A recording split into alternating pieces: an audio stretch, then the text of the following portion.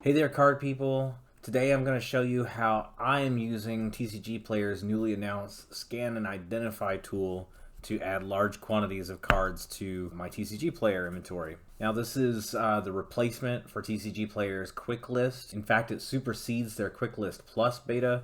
So this is now an open beta for the Scan and Identify, available to all of the TCGPlayer Pro Seller accounts. I'm just going to go through the various steps that I use to take this big pile of unsorted bulk. Now it's all from the same set, but it's otherwise unsorted, and turn it into listed inventory on TCGPlayer, as well as set aside for listing in other places. So first step is to get it sorted and organized. So I'm going to do that real quick.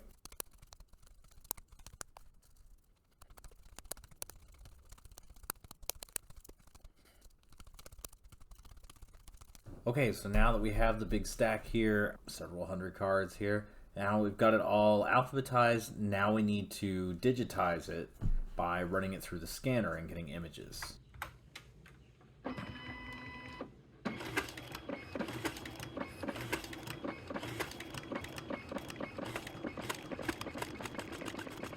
Okay, so we got the cards all scanned. It looks like there was 550 of them here. Now we need to save the images so that we can import them into the TCGPlayer program. So we'll go up here and click Save.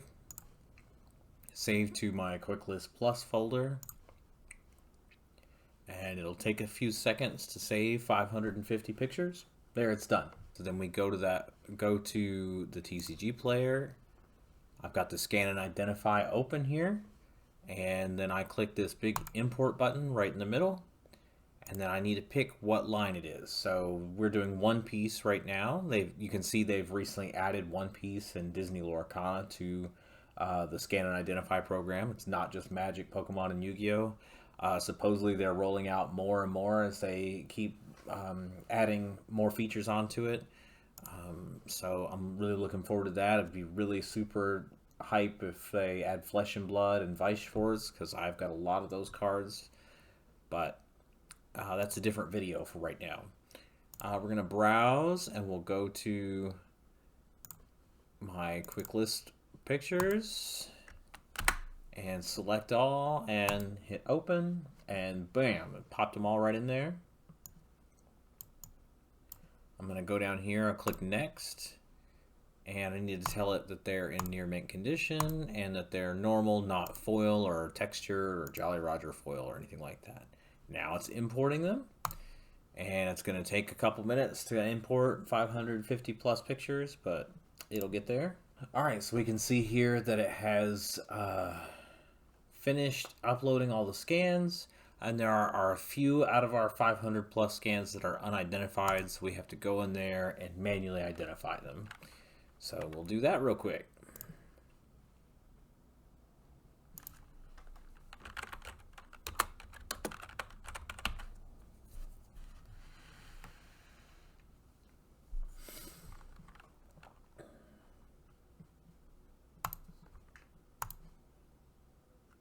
You can see it's as easy as clicking on Find Match, typing in the name of the card, and then it pulls up all the possible matches here. We're doing OP05, Awakening of the New Era, so that's the match. And don't tell me why all the TCGPlayer images have the word sample on them in big letters. I don't ask me why, I couldn't tell you. It doesn't seem to affect the identification too awful bad, because it only missed 15 here, and we'll see in a minute that it has missed some others. And we had a couple here that were poor scans. I don't quite remember what those were. So that's all done. Now we go to the Matched for catalog, and we double check to make sure that it got everything right in there, or it's going to list it as the wrong inventory and we'll be selling the wrong cards. Now we can see, I don't know if you can see super well right here, Amazon Awakening the New Era, Amazon Awakening the New Era, Amazon Awakening the New Era, Amazon Awakening of the New Era First Anniversary Tournament cards. And that's showing us a $3 card instead of a 12-cent card. So we need to fix that. It doesn't have an obvious match. So we're going to do this. It'll pull up all the matches, and we can see there's two different versions of this card. There's the card that it identified it as, and then the actual one. That's what we have. The other one just has a first anniversary stamp or something on it right there, right?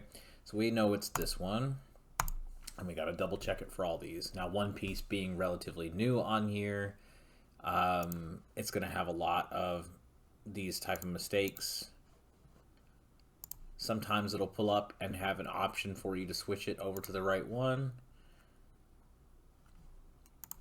Here we go, another one that's the wrong card. So we just got to go through here and check all these on 500 something cards. Fun. I can tell you with confidence that this typically works better on Magic and Pokemon. I haven't run Yu-Gi-Oh through it yet because I have very little Yu-Gi-Oh, but it does typically work better on Magic and Pokemon. Like I said, they just added this last week, so there's bound to be some learning still for the neural network to do. It sure would be a little simpler if we could just do this all from the screen rather than having to go through these multiple different pages to get in here and change this. You know, similar to how it was done on the old quick list, where it was all done within the box. Or actually the best thing I've seen handle this, now I haven't exhausted all the different ways that this can be handled or different places to handle it, is on the scan page for the card bot, right? So like say this Pichu here, I felt like it was a different set. I just click on the set and it pulls up every set that a Pichu's been printed in, and I can just click it and it changes it. So say I decided it was Sandstorm instead. There, it's Sandstorm. But it was actually, actually identified this one right. It's Mysterious Treasures. See now this one here, it's identified a completely wrong card. It says it's Kyoshiro and it's Bunny Joe. And this one, it identified it correctly as Bunny Joe, but it's the wrong Bunny Joe. It's saying it's the first anniversary version. So we still have to go in and fix it. Okay, so that's page 1, the first 100 of the cards we scanned. I'm gonna blast through the rest of it. You don't have to follow along. We'll get there to the end. See, like right here for these Hino bird zaps, it's misidentified every single one of them as first edition or first anniversary tournament cards with that first anniversary stamp on it. And I have to go through individually and manually change every single one of these 10 cards or whatever. It seems like there should be a better way for that. It's my main criticism with this program. It's not even that it misidentifies it. I know that's a hard problem. It's not structured in a way that makes correcting the error any kind of easy or frictionless. It's a lot of manual labor to go through and check each one of these and fix it if it's wrong. So especially when you scan cards and literally 35% of them are wrong in some way and they have to be fixed. I kind of thought the point of this tool was that we didn't have to type all these in manually, but you know. Finally, that's all done with. Now I can do the actual sending it to inventory part. So next step is to go here. Let's make sure that my inventory is empty. Delete staged inventory. Okay. So we're going to go to push all to inventory, and then I pick staged, and then I use my price settings as I had set up in the system already, and then it will push all this to my staged inventory, not to my live inventory. You can have it send it straight to your live inventory if you want, but I have a couple extra steps I need to do first. So we go over here and pick One Piece, and we're on stage, so we hit search. And there's all the cards that we had done. So instead of duplicates, or instead of a separate listing for each card, it bundles them all up if they're the same cards. So we've got 5 Amazons, 10 Baby 5, 6 Bartholomew Kuma, etc., etc. Now, you guys know I sell on my website as well as on TCGPlayer, and I'm wanting to make sure that I have some stocked in both places. So I have a strategy where I am making sure that if I have I make sure that I stock my TCGPlayer inventory first, But once I get to a certain point, which for TCG cards is 5, then I start stocking my website, and then once it gets to 5, I stock TCGPlayer up to 20 copies, and then I keep going from there. So I'm going to make sure that I separate out enough for my website, as well as make sure that I record the proper amount on here before I push to live. So that is the next step that I'm going to roll through. 5 Amazons, 3, 4, 5. See here for Birdcage, it shows we have scanned 15 copies. So do 1, 2, 3, 4, 5 for TCGPlayer, then 1, 2, 3, 4, 5 for my website, and then the remainder for TCGPlayer, and I record however many I'm sending to TCGPlayer. This also helps me triple check that I'm putting in the proper quantities, so I don't end up with ghost inventory. And you would think this step would take very long, but you can see it goes pretty quickly. 3, 4, 5. Because the rule is pretty easy to follow.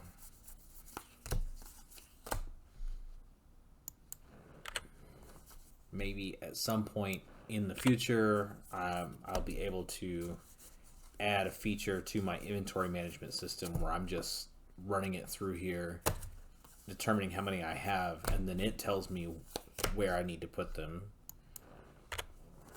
But I don't have that set up yet. What? Oh, see, I missed one. You can see here, I missed one of these. I bid 500 million, where it still shows up as the tournament card. So I need to change that to 0 and this to 4, because it's definitely not a tournament card where it's stamped first anniversary or anything. So there we go. Okay, so that's all done. 5. Now I hit save here, and it will update the quantities. All right. Did I not do? Let's double check. No, I did. I had 15 bird cages, right? Yeah, that's right. So now what I need to do before I push it to live, I need to hit export from staged. Wait, I saved. Save. Didn't save for some reason, but now it's saved. Export from stage, and it sends me a little CSV. So I go over here to my inventory system and open it. Downloads, my staged pricing, and there it goes.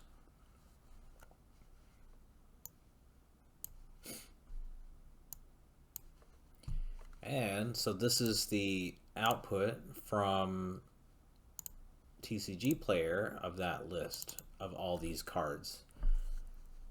Now I take this and I'm going to copy the TCGPlayer ID number, because I use that as the unique identifier in my system.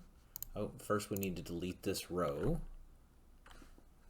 that shows 0 copies, so that's fine. Delete row. That way we're not putting that into my system for no reason. So copy all the TCGPlayer ID numbers. We go over here to my added inventory tab and paste them in. And we need today's date on all these for the date added. And then the title of the cards, which is all of these right here. Copy, paste. These are one-piece cards. I added some Kingdoms of Intrigue earlier today, so we can just drag that down.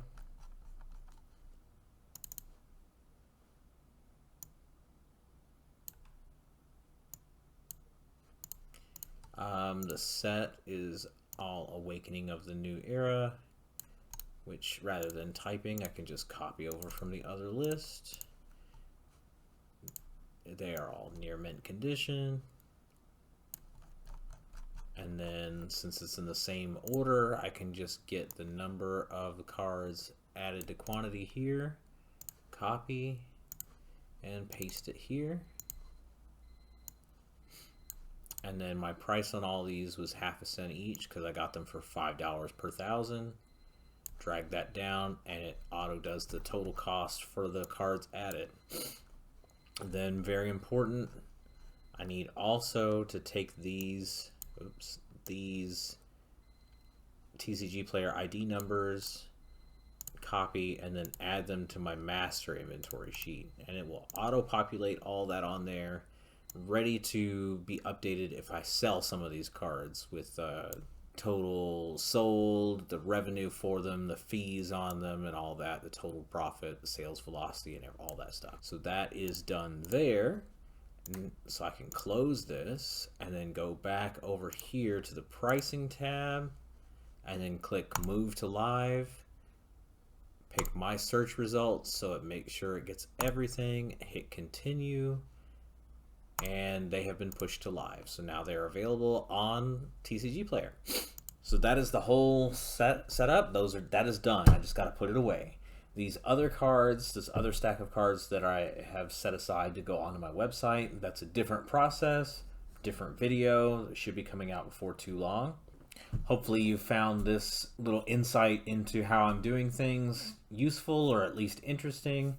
I'll update these processes as I go. Hopefully the card recognition for some of these cards in One Piece that have been printed in multiple times will improve. But you know, like I said, it works a whole lot better for Magic and Pokemon. There's a lot less stuff that has to be changed. You know, sometimes you get something like a Hidden Fates card that's been reprinted that you have to go back and fix, or Evolutions comes up as base set sometimes. Not very common. And also, it's really good about identifying the differences between Unlimited and Revised and 4th edition, which is a really hard problem, I understand. So it does a really good job with that. So yeah, if this was helpful or interesting, definitely hit the like button so more people can see it. Leave a comment if you have any questions. Make sure you subscribe so I can do more videos like this. If you found this useful, then check out this video over here. It's got a lot more details about different automation things that I use. Or you can check out this one on this side that will also be hopefully helpful or interesting for you.